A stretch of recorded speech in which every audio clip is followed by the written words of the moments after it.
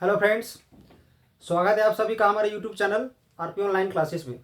मैं आरपी यादव आज का इस क्लास में आप लोग को बताने वाले हैं एक question, work done in stretching a wire या स्प्रिंग।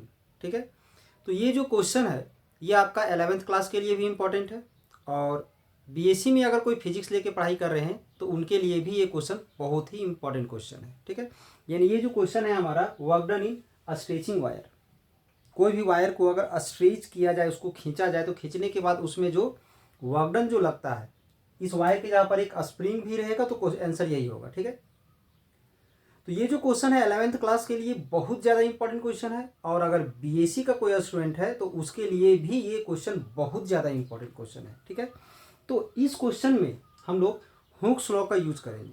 ठीक है, तो सबसे पहले ध्यान दोगे, इसमें कुछ पॉइंट्स है, एकदम सिंपल तरीका पहले हम लोग समझते हैं इसमें। ठीक है, ध्यान दोगे, अगर किसी वायर को स्ट्रेच किया जाए, खींचा जाए या स्प्रिंग को अगर खींचा जाए तो उस पर जो फोर्स जो अप्लाइड होता है ना, वो जो फोर्स है वो force is directly proportional to the displacement.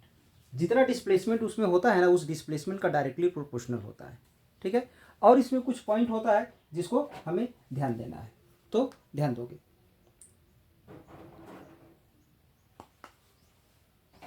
इसके बाद इस प्रोपोर्शनल का साइन को हम लोग हटा करके कांस्टेंट लगा देते हैं के एक्स। ठीक है, ये जिसमें से हमारा ये के जो है सो क्या है, इसे हम लोग स्प्रिंग कांस्टेंट कहते हैं। ठीक है, इसे क्या बोलते हैं, तो स्प्रिंग कांस्टेंट बोलते हैं। अब ये जो फोर्स लगने के बाद इसको और थोड़ा सा फर्दर एक्सटेंशन, मतलब उसमें और थोड़ा सा लेंथ में वृद्धि अगर हम करना चाहते हैं तो उसके लिए जो small amount of work done जो होगा वो क्या हो जाएगा, डी डब्ल्यू, क्या हो जाएगा, एफ डी एक्स, ये होगा। ठीक है, अब ये जो एफ है, एफ का ये जो वैल्यू है इसको हम लोग यहां पर पुट कर देंगे, ये आ गया।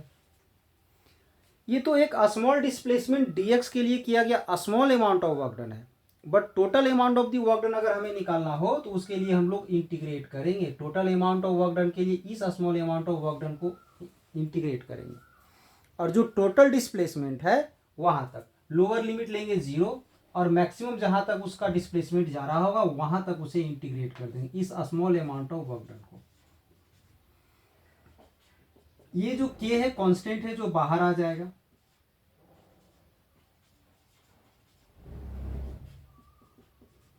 अब यहां पर ध्यान दोगे, इस x को हम लोग क्या करेंगे, तो इंटीग्रेट करेंगे, तो इंटीग्रेशन में एक पावर बढ़ जाता है और वही नीचे आ जाता है, तो इसे इंटीग्रेट करोगे तो इंटीग्रेट करने के बाद इसका सॉल्यूशन ये आ जाएगा। ठीक है, यानी ये हमारा आ गया work done in stretching wire. ठीक है, यानी ये स्टेप याद रखना है सबसे पहला चीज, कि किसी भी स्प्रिंग या वायर को अगर स्ट्रेच किया जाए, अगर खींचा जाए तो उसका जो फोर्स है उसका डिस्प्लेसमेंट का डायरेक्टली प्रोपोर्शनल होता है। प्रोपोर्शनल का साइन को हटा करके हम लोग एक कांस्टेंट के लगाते हैं जिसे हम लोग स्प्रिंग कांस्टेंट कहते हैं। इसके बाद और अगर थोड़ा सा और उसे एक्सटेंशन करना हो, उसको और अगर खींचना हो तो उसके लिए हमें वर्क करना पड़ता है, तो small amount of work done निकाल लेंगे, फोर्स इंटू स्मॉल डिस्प्लेसमेंट। ठीक है, अब ये जो फोर्स का वैल्यू जो के एक्स है, फोर्स के जगह पर हम लोग के एक्स पुट कर देंगे। ठीक है, अब अगर ये तो small amount of work done है, इसके बाद अगर हम लोग total amount of work done अगर निकालना है तो उसके लिए हमें इसे इंटीग्रेट कर देंगे, किसे, इस small amount of work done को। लोअर लिमिट लेंगे 0 और अपर लिमिट वो लेंगे जहां तक उसे हम लोग खींच रहे होंगे, तो एक्स ले लिए, के यहाँ कॉन्स्टेंट है उसे हम बाहर निकाल दिए। अब इसके बाद इसे इंटीग्रेट करोगे तो क्या आ जाएगा, एक्स स्क्वायर बाई 2 आ जाएगा, फिर इसका लिमिट पुट करके सॉल्व कर देंगे तो रिजल्ट हमारा ये आ जाएगा। ठीक है, अब इसी क्वेश्चन को हम यहाँ इसी को बताने वाले हैं, थोड़ा सा स्टेटमेंट लिखते हुए। ठीक है, सॉल्यूशन हमारा यही है, बस सिंपली याद रखना है। ध्यान दोगे, work done in stretching wire या वर्क डन इन स्ट्रेचिंग या स्प्रिंग, क्वेश्चन दोनों का आंसर सेम होगा, ध्यान दोगे। According to Hooke's law,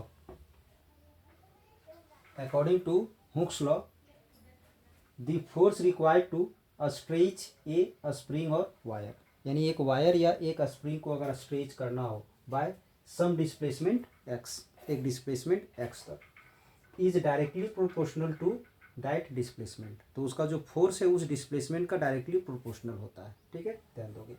F proportional, x proportional का साइन को हटा के हम लोग इक्वल टू और कांस्टेंट का यूज किए हैं, जिसे क्या बोलते हैं, where k is a spring constant. अब a small amount of work done in stretching the spring और wire through a small displacement dx। अब एक स्मॉल डिस्प्लेसमेंट dx और हम उसे स्ट्रेच करना चाहते हैं, तो उसके लिए जो small amount of work done जो होगा वो क्या होगा, ध्यान दोगे, dw इक्वल टू हो जाएगा फोर्स इंटू डिस्प्लेसमेंट। ठीक है, ये जो फोर्स का वैल्यू क्या है, kx, हम इसे पुट कर देंगे ये। ठीक है, इसके बाद total amount of work done निकालने के लिए हम लोग क्या करेंगे, तो इसे इंटीग्रेट करेंगे। ठीक है, ध्यान दो।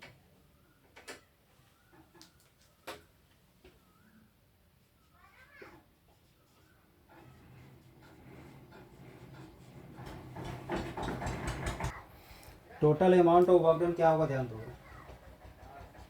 Total amount of work done in displacing या स्ट्रेचिंग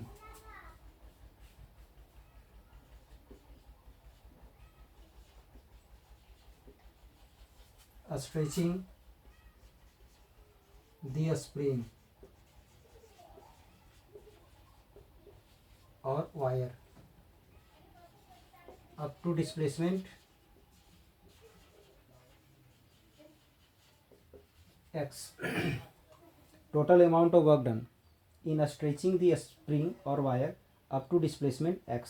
अगर x डिस्प्लेसमेंट तक उसे अगर हमें स्ट्रेच करना हो तो total amount of work done क्या होगा, ध्यान दो। उधर हम इरेज कर देते हैं।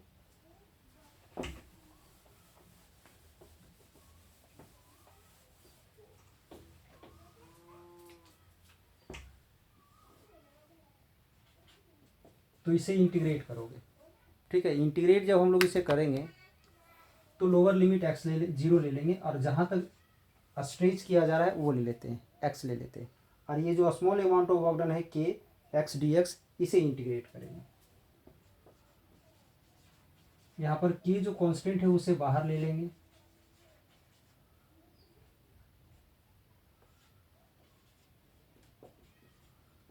अब अगर इंटीग्रेशन पढ़े हो आप लोग तो पता होगा कि ये जो x का पावर 1 है, अगर हम लोग इसे इंटीग्रेट करेंगे तो यहाँ पर क्या हो जाएगा, इसका x स्क्वायर हो जाएगा, नीचे 2 हो जाएगा, और ये 0 यहाँ पर आ जाएगा, और ये x यहाँ पर आ जाएगा। ये जो 2 है इसे बाहर ले लेते हैं,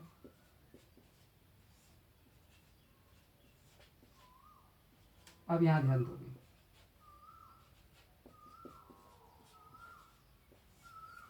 इसके बाद यहाँ जो भी फंक्शन रहता है उसे हटा देते हैं और उसके जगह पर इस अपर लिमिट को पुट कर देते हैं, तो बात तो वही आएगी। यहाँ से x को हटाएंगे और उसके जगह पर फिर से x को पुट करेंगे, तो बात तो वही रहेगा हमारा x स्क्वायर। लोअर लिमिट को फिर पुट करने से पहले माइनस साइन चेंज करते हैं, प्लस था तो माइनस कर दिए, फिर से इसको हटा के फिर नीचे वाले टर्म को पुट कर देते हैं, तो ये तो फिर 0 हो जाएगा, यानी इसका फाइनल रिजल्ट क्या आ जाएगा, 1/2 kx स्क्वायर। ये आ गया फाइनल रिजल्ट। ठीक है,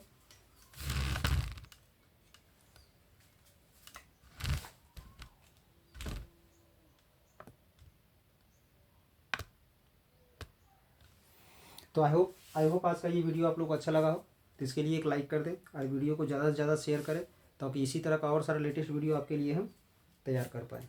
चलिए, इस चैनल से आप लोगों को जुड़ने के लिए धन्यवाद।